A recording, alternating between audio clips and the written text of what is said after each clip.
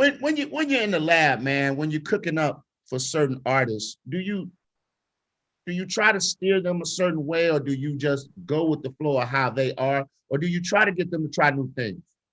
So here's the thing. People think producing is about making beats, right? It is not. You could make a zillion beats that are on a million albums and never be a producer.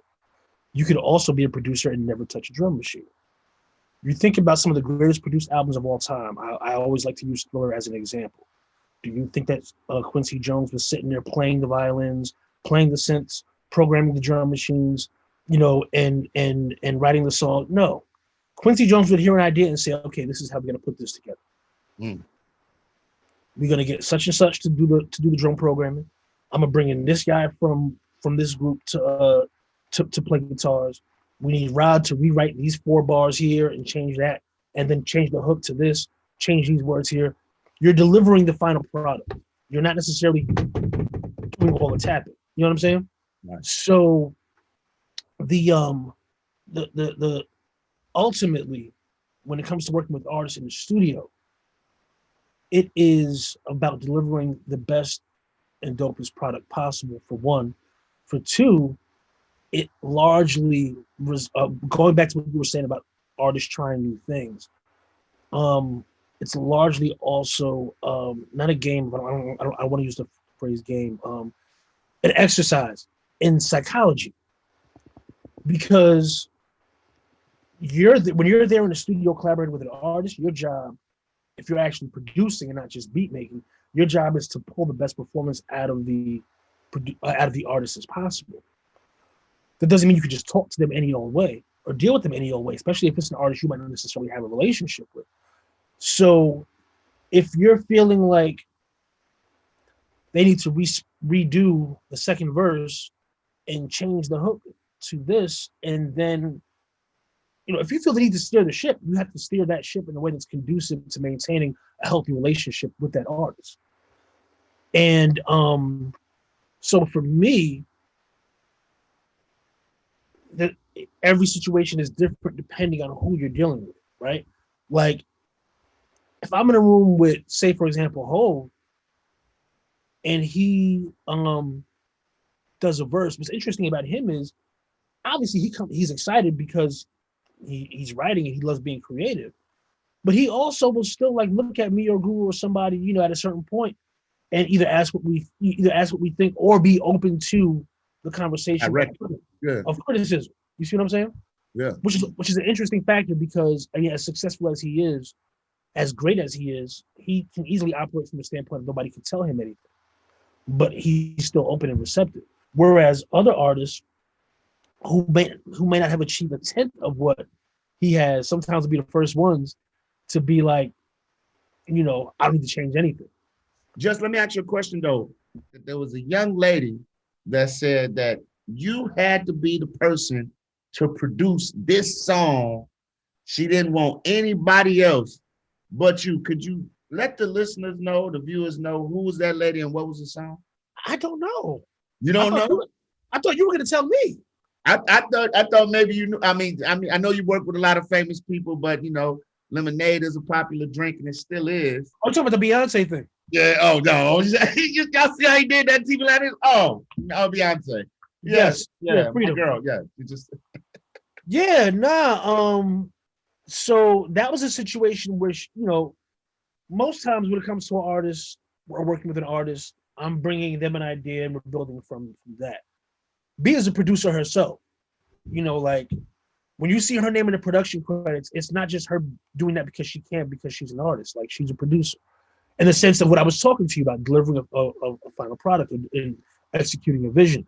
So she brought me a demo of Freedom with the sample already there. But it was just her singing over the loop. And she was like, I forget, I was sitting in the crib one night, got a text from Teresa, her manager at the time. Teresa texted me like, "Yo, B wants to talk to you." So B and I had this conversation. She's telling me about this record she has, and she was just like, only you can. She's like, I need you to do, like, this is your sound. It already feels like you. I just need you to bring it home. She sent me the record, and I was just like, oh yeah, I can literally do this in my sleep. Mm. So brought in a few musicians, a few other people to work on it.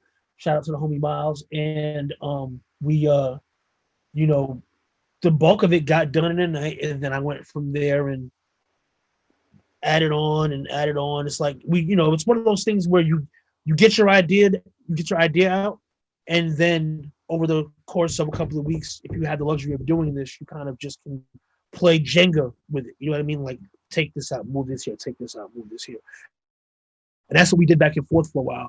And she it's funny because as I was working on it, one of the homies at the house was like, yo, Kendrick would sound amazing on this. And I was like, you know what? You're right. I'm going to tell her that. The next round of revisions that we talked about, she sends me a version that has Kendrick on it already. But that wasn't based on our conversation. Like, right. That was her. We were just aligned. Yeah. Yeah, like that record is a classic example of Beyonce's, I feel like her unsung approach. I guess maybe part of it is unsung because people aren't really aware of it, but of the fact that like when she is working on a project, you know how you go to like, you see movies, right? Or you see it on the news, but more so in the movies where there's like, where somebody's at war and they have the situation room where all the generals are there. Yeah, right. And everything is on the walls, the TV screens and whatnot.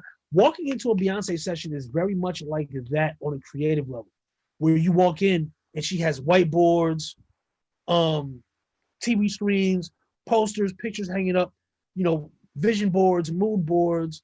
Like she's very much laying out what it is that she wants to do. It's not a situation where like, there's an A&R guy or a label president or whatever saying, okay, so for this album, we're going to pitch you like this. We're going to have you do this show. No, it's if somebody from a record label walks in, it's, hey, I'm Beyonce and this is what I'm doing. Here's the plan. Yeah, that's strong. Listen, real quick, we don't have that much time, man. I could sit up here and talk for hours because I know you got amazing stories. Two things I want to hear from you. So Justin Timberlake, recently he apologized to Janet Jackson. Right. Yeah, so during the wardrobe malfunction that happened in the Super Bowls. I think it was Super Bowl 38. You think that's 17 years too late? Because I like Justin, man, but I felt a certain type of way. About that whole thing. I'm in the same boat. And I'm a Justin fan. You know what I mean? Like musically, creatively.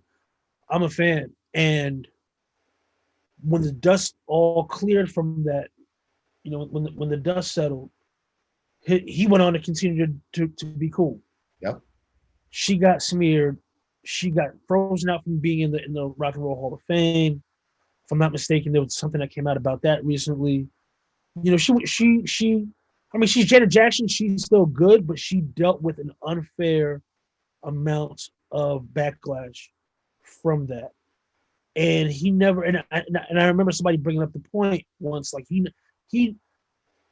It's not even a matter of him trying to jump in and take the bullet for her, but he didn't stand in solidarity with her. Yeah, culpability. He didn't take any culpability in the whole right story. When she went through the mud, and that definitely has always bothered me. That said, I feel bad to a certain degree, right? Because at this point now, anytime anybody who's not of color apologizes for something, it can easily be framed as they're doing it now because they have to, because of the spiritual and cultural awakening that has happened in our society over the last few years, right? But that doesn't necessarily mean that he's doing it now because he has to. Right. But that's how it can easily be framed. And when you run the risk, when you wait too long to apologize for anything, when you wait too long to address anything or speak on anything, when you finally do, you have to accept or deal with the fact that your apology might, or your explanation or your engagement might not be taken in earnest because the circumstances may have changed. And in this case, like I said, what we've seen as a shift, we've seen a shift in the treatment and addressing of Black people and people of color in general over the last few years. So now it's being framed through that lens. Whereas had he just done it back then, it could have been like, yo, it was a wardrobe malfunction. You ain't gonna drag her through the mud and not have me, and have me still be cool. You know what I mean? That's where it differentiates. Now his motive looks a little bit different.